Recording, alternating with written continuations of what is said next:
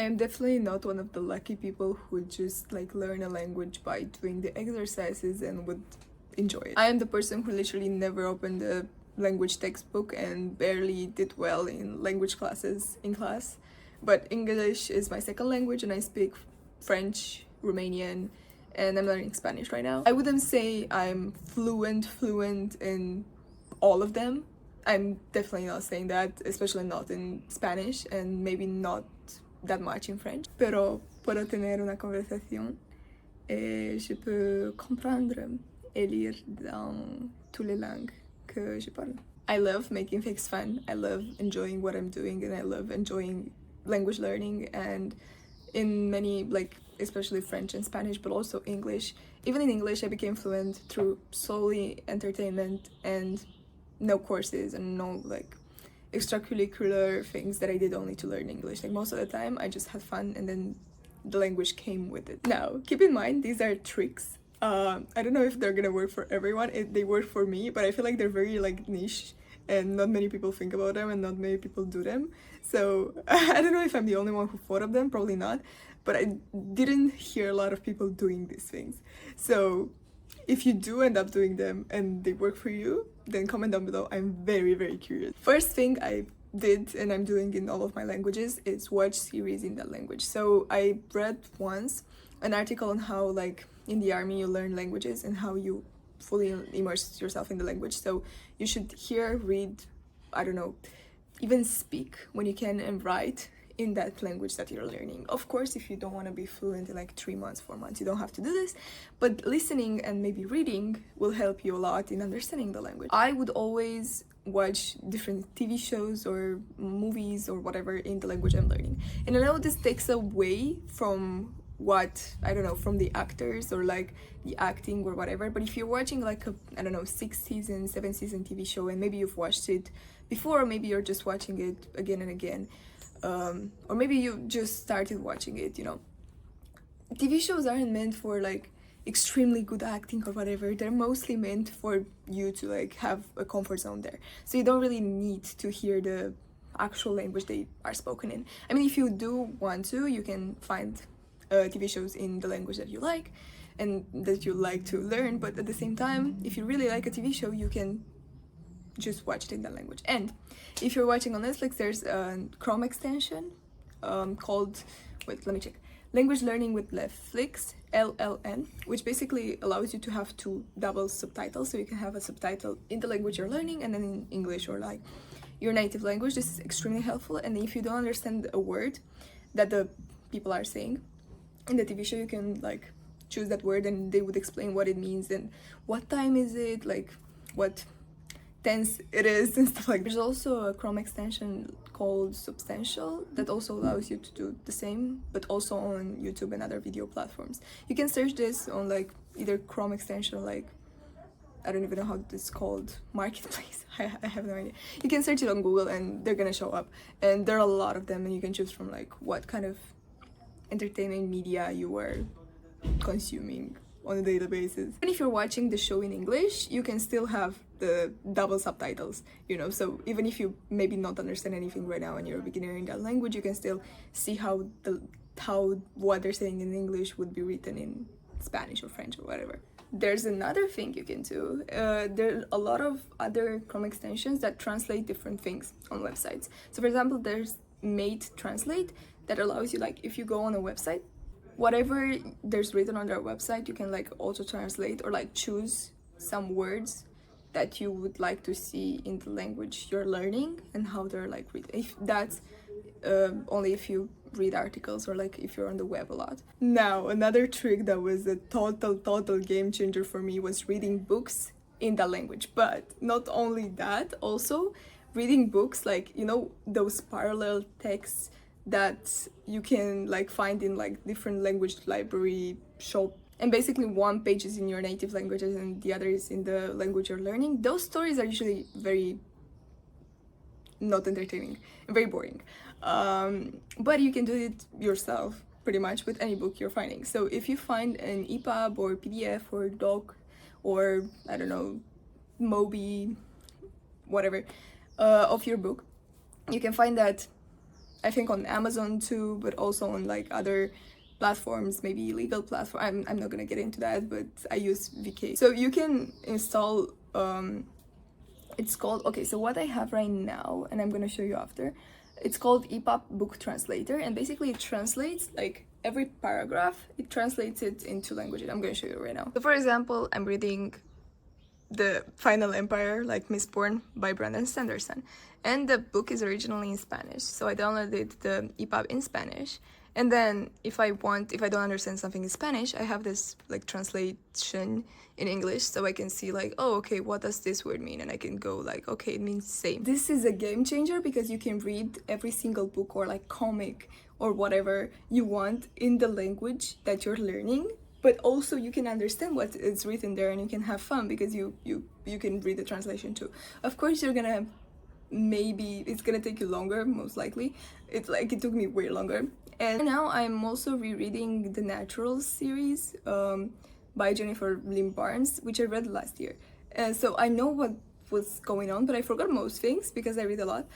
So right now I'm like reading in Spanish with this like little trick that I found literally 1 week ago. And the book literally caught me again, and I'm on book 2, and I mostly read it in Spanish. Like first book I completely read in Spanish, so I put it on my Kindle and I was like, okay, let's go. But then I like every single word I didn't understand, or like every single sentence I didn't understand, I would Google Translate or go on Reverso.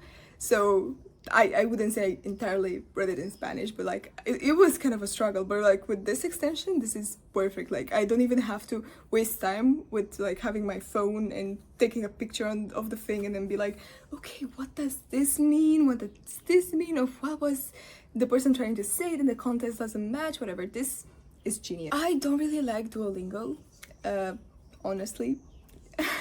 I feel like it could do way better than it does. The marketing team is amazing and the UI UX product design team is also amazing, but what you're actually learning is very basic, and I don't think you can get fluent in any language by only using Duolingo. I don't know anyone who did.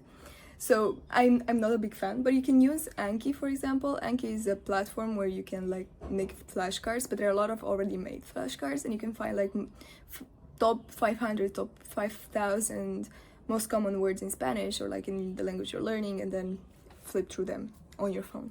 This is very helpful because at some point you will need to memorize some things in the language, even if you're constantly reading, I don't know. There are some basic words, or not even basic, but like some words that you just cannot get by just reading. You know, you have to like see them multiple times for your brain to make the links between the language you're learning and the language you know. I also used to use an app that had like an AI, and I could like speak into it in the language I'm learning, and then it would correct me or it would continue talking to me in the language I'm learning. I don't remember how it's called though. I don't use it anymore. I feel like Duolingo is making that happen, so like I would only use Duolingo for that specific reason. And also I use ChatGPT a lot for talking to. Like for example, I have not even ChatGPT, Instagram.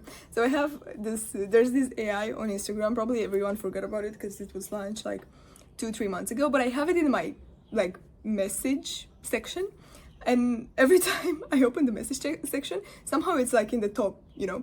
Even if I get messages, it doesn't matter because I always end up tapping on it and like talking to it in Spanish. So you can talk to it in Spanish, or like in any other language. I don't know if it supports all languages. I don't know what it does right now, but I used to talk to it so much in Spanish. Like I would be like, ¿Cómo estás?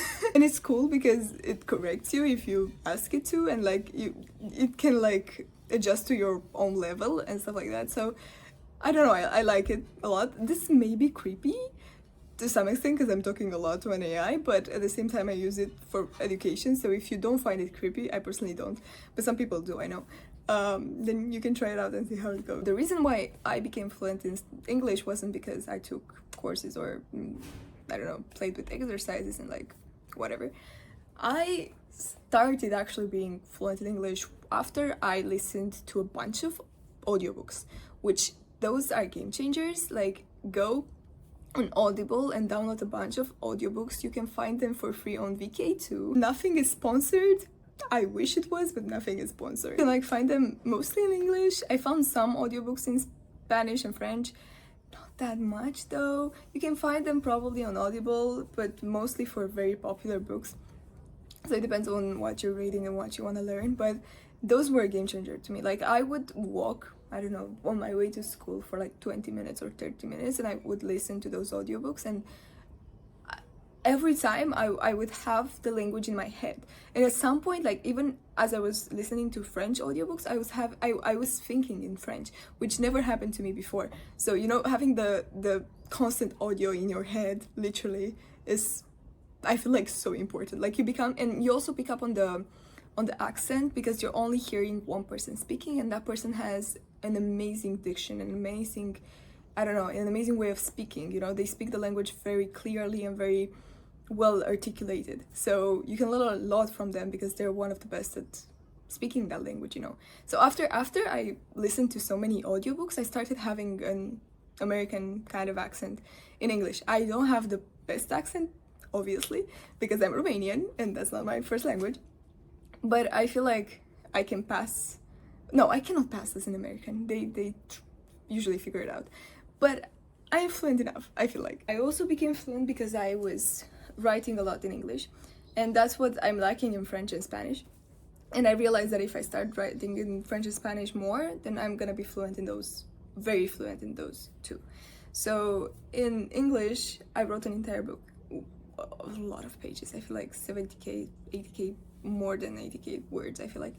And in the beginning, I couldn't really, I mean, I could write, but I wasn't writing fast. The words weren't coming to me. I was also always having the synonyms dictionary on another tab, you know. So it was very hard initially, but after a while, like, words just started coming to me, you know. So if you practice writing constantly in English, I feel like the words will come so easily. And I know it's hard, and I know you cannot get yourself to do it because it's so hard. I did it in quarantine, so I didn't have anything else better to do, basically.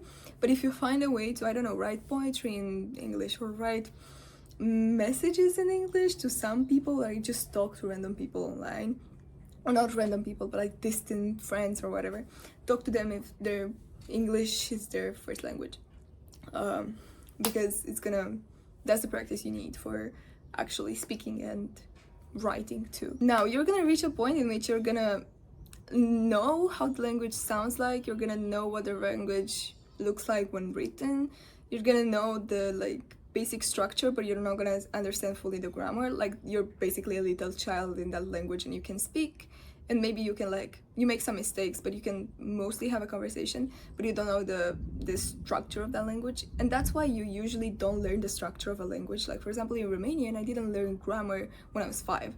I learned it when I was like 10, 11, no, 7, 8, whatever. But you don't learn it from the beginning. But when you're learning like a new language, whatever, you're learning it from the beginning. Literally the first lesson ever is like greetings and then grammar, or like present tense or whatever. And I understand why, but at the same time, I feel like it takes away from you getting the rhythm of the language. So even if you should know, like, you should maybe look into like the basics of grammar initially. After that, I don't feel like you should, until you get a little bit confident in how the language sounds like, and you can like form sentences that are, I don't know, 50% of the time correct, or like sound correct, or things like that, you know. And then look into grammar. And how you would look into grammar, like how I would look into grammar, is looking at YouTube videos, or getting like there's some Udemy courses that teach, even Skillshare courses that teach like A1, A2, B1, B2, C1, C2 specific courses. There are a bunch of them for free on YouTube, so you don't have to buy them on anywhere. Like, there are a bunch of lessons. Like, if you're confused on, I don't know, passé composé in French, then you can just search it online, and you're gonna find the probably best videos. You don't even need a teacher for that. And after you watch the video, you're gonna be like, oh, that's why I said that in that moment, you know. But if you learn the grammar initially, then it's gonna be way harder for you to become fluent in the language, because you're gonna constantly think of what's right, what's wrong. You're gonna constantly think, I don't know, I am, you are, whatever, and you know, and it's gonna take you way longer to form the sentence, because you always have to go through that table of memorization that you memorized, and gonna be like, oh, we are. Anyway, those are my tips. If you have any other tips, please comment down below. This is a community. I want it to be beautiful, open, and I want us to share information with each other.